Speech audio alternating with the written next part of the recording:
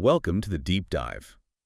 Now, you might think we're here today just to talk about, a big new Formula One movie with Brad Pitt. Right, the one simply called F1. Lots of speed, lots of adrenaline, presumably. Exactly.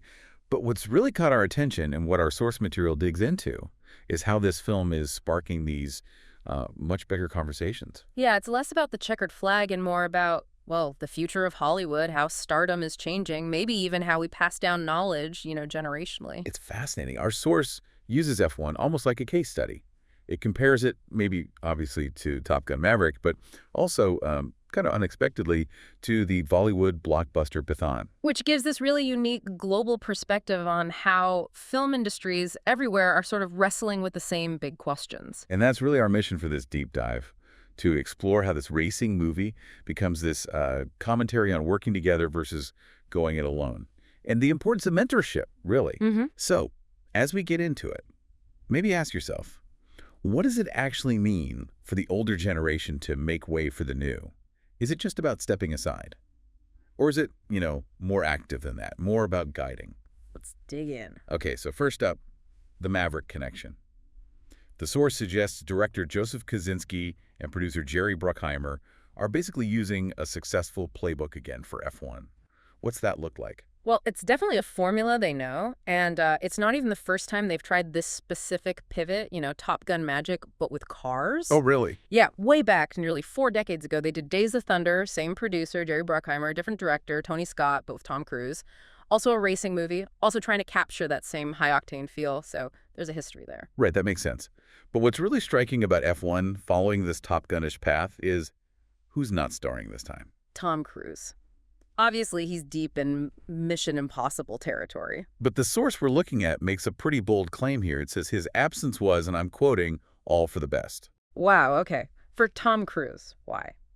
Well, it gets into this interesting idea about screen presence, about an actor's inherent energy, maybe. Okay. The source argues that even though Cruise played Jack Reacher twice, the drifter character, he was maybe fundamentally miscast. How so? It describes Cruise as having this incredible intensity, yes, but also being very curated, very meticulous, almost too perfect, too controlled for a character who's supposed to be, rudderless. Ah, I see. That kind of precision doesn't quite scream drifter. Exactly. And that's where Brad Pitt comes in as Sonny Hayes. The source positions him as the total opposite. How's Pitt described then? As relaxed, relatable, somewhat rudderless. There's apparently a messiness there that Cruise just doesn't project. Yeah, you can kind of picture Pitt, maybe having a wild night, not worrying about image. It's harder to imagine Cruise letting loose like that. Right. The source even has this funny image comparing Pitt maybe drinking someone under the table versus Cruise at an Oscars after party being super composed. It's that difference, that sort of lived-in vibe that apparently makes Pitt perfect for this role. Okay, so Pitt's character, Sonny Hayes, the source calls him not a has-been, but a never was. That's quite a description. It is, isn't it? Yeah. It suggests someone who never quite reached the summit, rather than someone who fell from it. So tell us more about Sonny. He's older, obviously. Pitt's 61 now, so Sonny's maybe 50s. Presumably. And we learn he used to race back in the day with legends like Senna, Schumacher, Prost, big names. Wow, so he was in that world. Yeah, but now he's basically a racer for hire, just scraping by, chasing a feeling, a rush that's eluded him for decades, as the source puts it. And it's not just professional disappointment, is it? There's personal stuff, too. Definitely. The source mentions multiple failed relationships, overcoming several addictions. It paints a picture of a pretty hard road. And he's not driven by money at this point. Apparently not. The detail that really hits is that he's living in his van, listening to music on fancy headphones, drowning out his thoughts. It speaks volumes about where he is mentally detached. So he's in this kind of limbo, this isolation. Until Javier Bardem's character, Ruben, shows up. Ruben runs this F1 team, APXGP, and it's failing badly, cratering the source. Ruben just wants to sell. Right. So Ruben basically pulls Sonny out of obscurity. He's the Hail Mary pass to save the team. And despite Sonny's past, his messiness, Pitt makes him likable. Yeah, the source highlights this purity of soul in Pitt's portrayal that makes you root for him, even if the movie itself is, a big, polished, well-oiled machine. Okay, so that sets up the core conflict, which you mentioned also works as this industry metaphor. Exactly.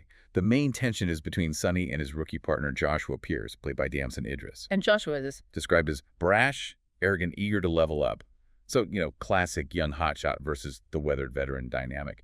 And like Maverick, there's no real mustache-twirling villain. It's more about their relationship. Seems so. The drama comes from them. Sonny, this Lone Ranger type, has to somehow teach this kid about team spirit. And the source makes it clear Joshua needs Sonny, right? Absolutely.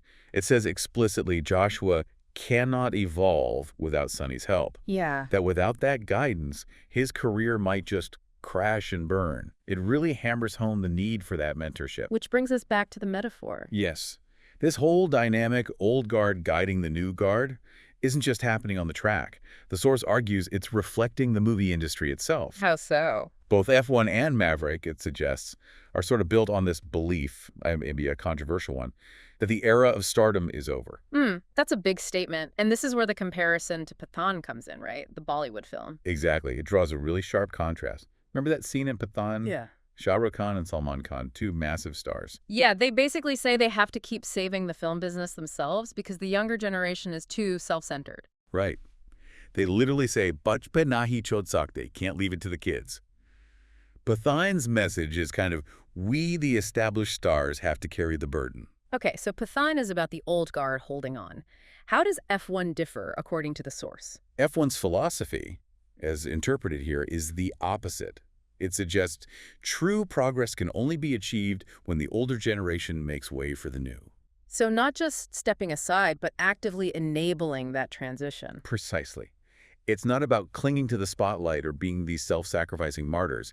It's about passing the torch, actually teaching the next wave. Which definitely connects to this idea of a crisis of stardom that people talk about in Hollywood. For sure.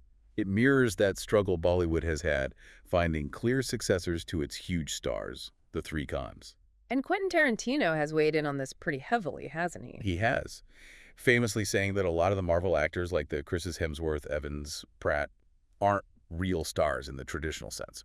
His point being that maybe the franchise or the character is the bigger draw than the actor's name alone. He mentioned Robert Downey Jr.'s Doolittle flopping after Marvel. Yeah, that was his example. And he even controversially left George Clooney off his star list. Ooh, really? Why Clooney? Tarantino argued Clooney never carried a massive blockbuster purely on his name. Clooney apparently got a bit irritated by that. I bet. But, interestingly, Clooney himself kind of acknowledged the landscape has changed. He said the industry isn't making stars like it used to, and it's harder for you to sell somebody something on the back of a star. So even the stars admit stardom itself is different now. It seems so. Oh. But that doesn't mean performance doesn't matter. While F1 the sport is huge and sells itself, the source insists Brad Pitt's weathered performance is vital for the movie F1. It grounds it emotionally, gives it weight beyond just the racing. Exactly. It's the human anchor. And the source gives other examples of this enduring power of a great performance. Leonardo DiCaprio's haunted turn in Inception. Ben Affleck bringing youthful exuberance to balance Bruce Willis in Armageddon. Denzel Washington elevating a dour gangster drama to huge box office success. Right. So star power might be shifting, but the power of a compelling actor driving a story, that's still crucial. Absolutely.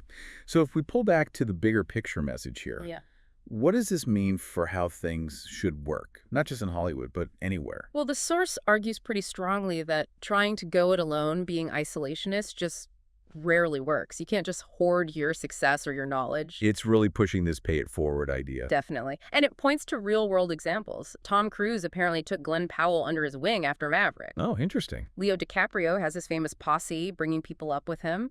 Ben Affleck and Matt Damon are using their company to empower a whole new batch of filmmakers. And Denzel Washington. Denzel was apparently the first person to put his money on Chadwick Boseman, showing that kind of faith and investment in the next generation. Wow. Those are powerful examples. It really drives home that central message, doesn't it? It does. You have to pay it forward instead of pulling away. You must give back instead of gloating about your own success. That's the core takeaway. And it loops right back to that Pathaan line, "Bacho pe nahi chhod sakte." Exactly. If you truly believe you can't leave it to the kids, then the answer isn't to just complain or hold on tighter. The answer is? You have to teach them. You have to actively mentor, share what you know, guide them. That's the only way forward. So this deep dive, starting at the racing movie, has really opened up these huge themes. Generational shifts, the evolution of stardom, the absolute necessity of mentorship. Yeah, F1 becomes this unexpected lens on how experience and opportunity need to be passed down for any field, really, to thrive and progress. So the final thought we want to leave you with is this. Think about your own field, your own passion. What does making way for the new truly look like there? Is it just about stepping aside when your time is up? Or is it something more active? Is it about teaching, mentoring, investing, ensuring that what you've learned helps build something even stronger for the future, something to think about?